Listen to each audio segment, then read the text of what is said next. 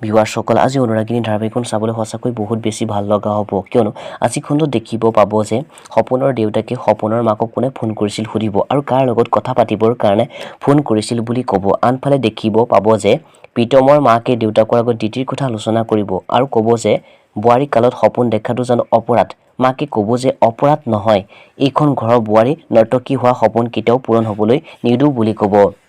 আনফালে দেখিব পাব যে সপোনে গাৰ্লফ্ৰেণ্ডৰ কথা শুনি দেউতাকৰ লগত যুক্তিতৰ্ক কৰিব দেউতাকে ক'ব যে তই মোক মোৰ সিদ্ধান্তৰ কথা কেনেকৈ ক'ব সাহস পাৰিলি বুলি ক'ব সপোনে ক'ব যে শুনাবলৈ সাহস কৰা নাই দেখুৱাবলৈ সাহস কৰিছো বুলি ক'ব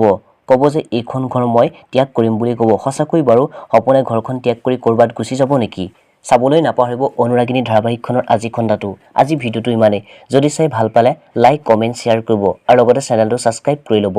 ধন্যবাদ